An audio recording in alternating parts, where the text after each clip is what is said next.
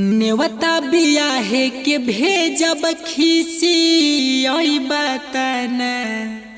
नेवता बियाहे के भेजब खीसी आई बताना कि अइबा माँ जनुआ हमार अइबा की ना कि हमारा शादी के दिन मुँह दे खइबा की ना। कि देखी हगुरा हाथी हमारा मारो में बैठ के नजरी मिलई है जानो छत छीट के छत छीट के।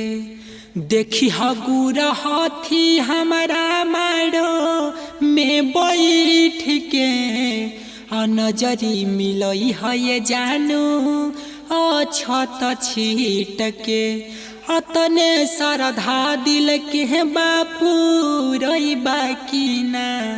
अतने श्रद्धा दिल के बापू रही बाकी ना कि अहिबा माँ जनुआ हमार अहिबा की ना कि हमारा शादी के दिन मुँह दे खइबा की ना।